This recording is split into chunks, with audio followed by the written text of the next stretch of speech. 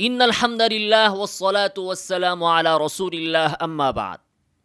যে সকল ভাইয়েরা বিভিন্ন বেদাতি কাজে জড়িত আছেন, যেমন প্রচলিত মিলাদ, প্রচলিত কিয়াম, ঈদে মিলাদুন্নবী ইত্যাদি, তাদেরকে আমরা কোরআন এবং সুন্নাহ থেকে যতই দলিল দেই কোনো কাজ হবে না।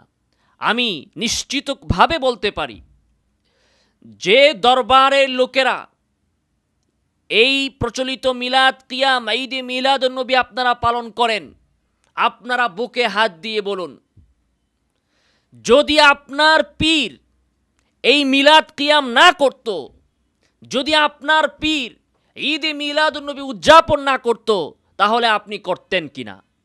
আমি 100% সিউরিটি দিয়ে বলতে পারি, যদি কোরআন এবং সুন্নায় সাহাবায়ে কেরামের আমলে যদি প্রচলিত ঈদে মিলাদুন্নবী উদযাপনের কথা থাকতো, যদি প্রচলিত মিলাদ এবং কিয়াম কোরআন এবং সুন্নায় থাকতো, কিন্তু যদি আপনার পীর না করত, আপনি জিন্দিগিতেও কোরআন এবং সুন্নাহর কথায় এই ধরনের কাজগুলো আপনি করতেন না।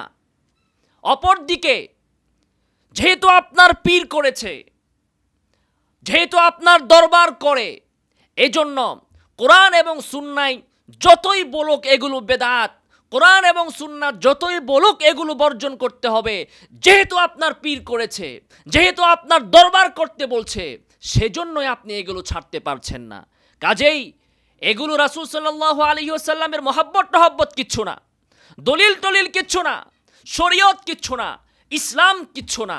মূল হচ্ছে আপনার পীর করছে মিলাদ, আপনার পীর ঈদে মিলাদুন্নবী করে, আপনার পীর কিয়াম করে, আপনার পীর জশ্নে জুলুস করে, এজন্যই আপনি এগুলো করেন। কোরআনে থাকার কারণে আপনি করেন না, আর কোরআনে থাকলেও আপনি করতেন না যদি আপনার পীর সাহেব এগুলো না করত।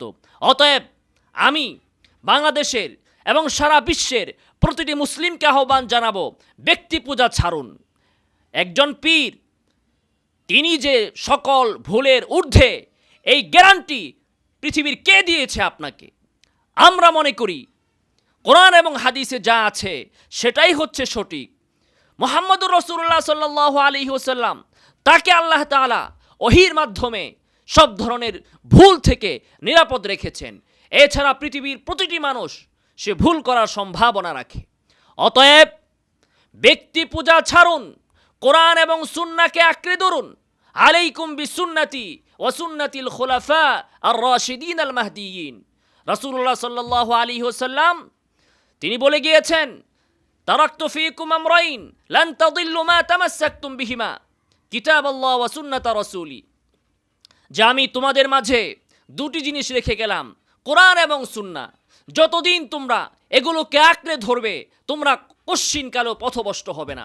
আজকে আমাদের এই যে পথভ্রষ্টতা, এই যে গুমরাহি, এই যে অনৈক্য, এই যে মারামারি, এই যে ফাসাদ, কাদা ছোড়াছুরি, এর প্রধান কারণ হলো আমরা রাসূল সাল্লাল্লাহু আলাইহি ওয়াসাল্লামের রেখে যাওয়া সেই কোরআন এবং সুন্নাহকে বর্জন করে আমরা হাজারো পীরকে, হাজারো ব্যক্তিকে, হাজারো মানুষকে আমরা নবীর থেকেও বেশি মর্যাদার জায়গায় বসিয়ে ফেলেছি।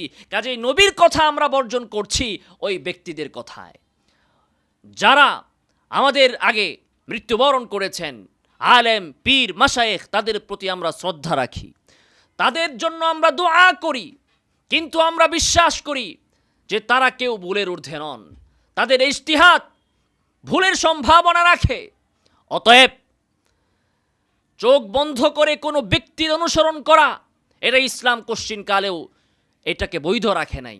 অতএব আপনারা ফিরে আসুন কোরআন এবং সুন্নাহর দিকে, এবং পীর মাশায়েখদের আপনার দরবারের অন্ধ ভক্তি রেখে কোরআন এবং সুন্নাহকে অন্ধভাবে বিশ্বাস করতে শিখুন। আল্লাহ তাআলা আমাদেরকে তৌফিক দান করুন। আমিন ওয়া আখিরু দাওয়ানা আলহামদুলিল্লাহি রাব্বিল আলামিন।